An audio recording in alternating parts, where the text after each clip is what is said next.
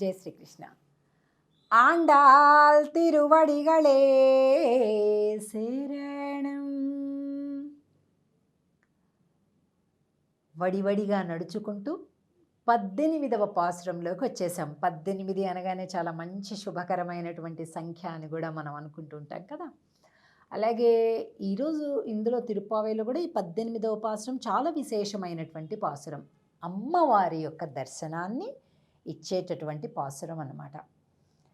అమ్మవారి యొక్క రూపం, అమ్మవారి యొక్క గాజుల చప్పుడు, ఇలాగ అన్నీ మనకి ఈ పాసురంలో అమ్మవారి యొక్క నడక ఇవన్నీ కూడా ఉంటాయన్నమాట. ఇలాగా ఈ పాసురంలో 18వ పాసురంలో అమ్మవారిని ప్రశంసించటం, స్తోత్రం చేయటం ఇవన్నీ కూడా కనిపిస్తాయన్నమాట. ఉందు మదగళిత్తన్ ఓడాద తోళ్వలియన్ నందగోపాలన్ మరుమகளே நப்பின்னாய் கந்தம் கமஜும் குழலி கடதிருவாய் வந்தெங்கும் கோழியழைத்தனகான் மாதவி பந்தல் மேல் பல்கால் குயிலினங்கள் கூவினகான் பந்தார் விரலி உன் மைத்துனன் பேர் பாடா செந்தாமரை கையால் சீரார் வளையொலிப்பா வந்து திரவாய் మహిషిందు ఏలో రెబ్బావాయ్. అమ్మా, ఎంత గొప్పదానివి తల్లి. అసలు శ్రీకృష్ణుడు ఈ భూమి మీద అవతరించటానికి కల కారణమే నువ్వు. ఈవిడని చేపట్టటానికి ఈవిడ తల్లి యొక్క తమ్ముడి కూతురండి. యశోద తమ్ముడి పేరేంటంటే కుంభుడు. ఆ కుంభుడి యొక్క కూతురే నీలాదేవి. నీలాదేవి నల్లగా ఉంటుంది, మహా ఆకర్షణీయంగా ఉంటుంది. ఆ తల్లిని వివాహం చేసుకోవాలి అని, ఆమెను చేపట్టాలి అని, ఆమె మీద ప్రేమతోటి ఆయన కృష్ణ అవతారాన్ని ఎత్తాడట. అంత గొప్ప సాధకురాలన్నమాట ఆవిడ. అయితే ఆమె తండ్రి ఒక కండిషన్ పెట్టాడు. మదించినటువంటి 7 వృషభాలను బంధించి ఒక్క తాడుతోటి కట్టాలి, 7 ఎద్దులని కూడా. ఆడికే నా కూతుర్నిస్తాను అని పెడితే మనవాడికి ఏం తక్కువ, ఆవిడని సంపాదించడం కోసం, ఆవిడని పొందడం కోసం 7 మదించినటువంటి పెద్ద ఎద్దులని ఒక్క తాడితోటి కట్టేశాడట. మదించినటువంటి ఏనుగులతో కూడా పోరాడాడట, వాటిని లొంగదీశాడట.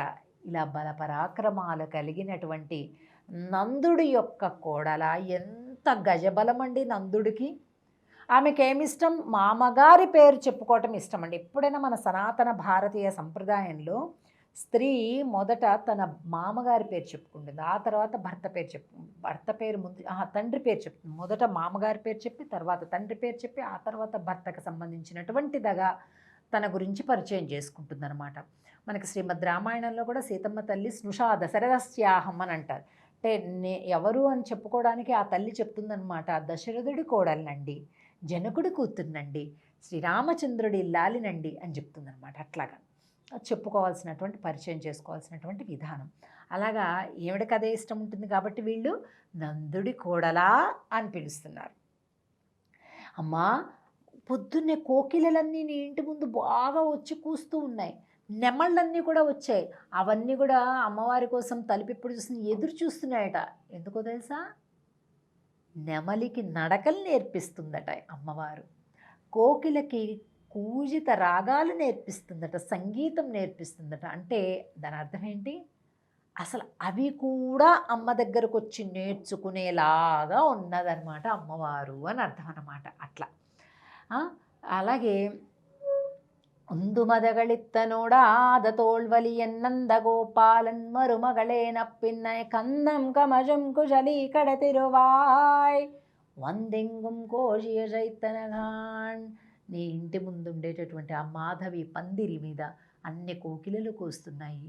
నీ అందమైన చేతులతోటి రామ్మ అని పిలుస్తున్నారు. సీరార్ వళయులిప్ప, నీ చేతులు గలగలలాడాలి, గాజులన్నీ కూడా గలగల శబ్దం చేస్తూ వచ్చి నువ్వు ద్వారం తీయాలి అని చెప్తున్నారన్నమాట. ఈ పాసురానికి ఒక వైలక్షణ్యం ఉంది. ఇది విశేష పాసురం అవడమే కాకుండా భగవద్ రామానుజుల వారు, విశిష్టాద్వైత సిద్ధాంత ప్రచారకులైనటువంటి వారు శ్రీ భగవద్ రామానుజుల వారు నిరంతరం ఇదే పాశురం, ఇదే ఎక్కువ తిరుప్పావైన మొత్తం అంతా అట్లా అట్లా మననం చేసుకుంటూ భిక్షాటం చేస్తున్నారట. అప్పట్లో సన్యాసులు అంటే ఒక్కొక్క ఇంటికి వెళ్ళి భిక్షాటం చేసేటటువంటి వాళ్ళు అనమాట. అలా భిక్ష తీసుకున్న ఆహారమే వాళ్ళు తీసుకోవాలన్నమాట.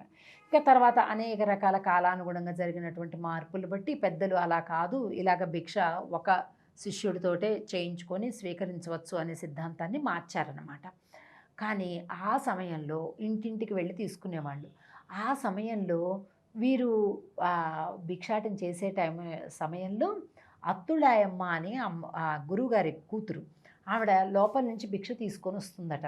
ఆ గాజుల చప్పుడు ఇట్లా వస్తుందన్నమాట. ఆవిడ నడుస్తుంటే కాళ్ళ కడియాల చప్పుడు, కాళ్ళ గాజుల చప్పుడు అయితే అదే సమయంలో భగవద్ రామానుజుల వారు ఈ పాసురం చదువుతూ ఉన్నారంట.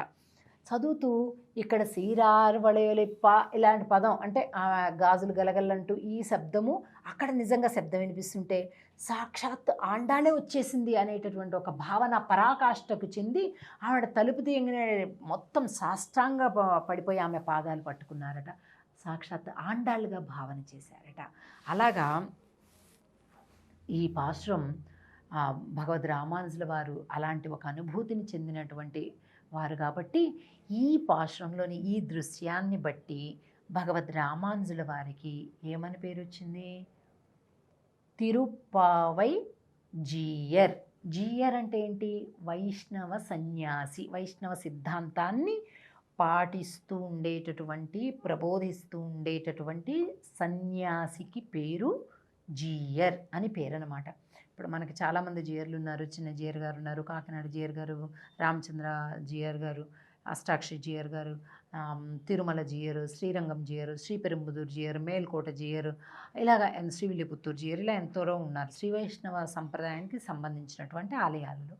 అలాగా మన వీరికి భగవద్ రామానుజుల వారికి పేరు తిరుప్పావై జీయర్ అని వచ్చింది ఈ పాసురంతో.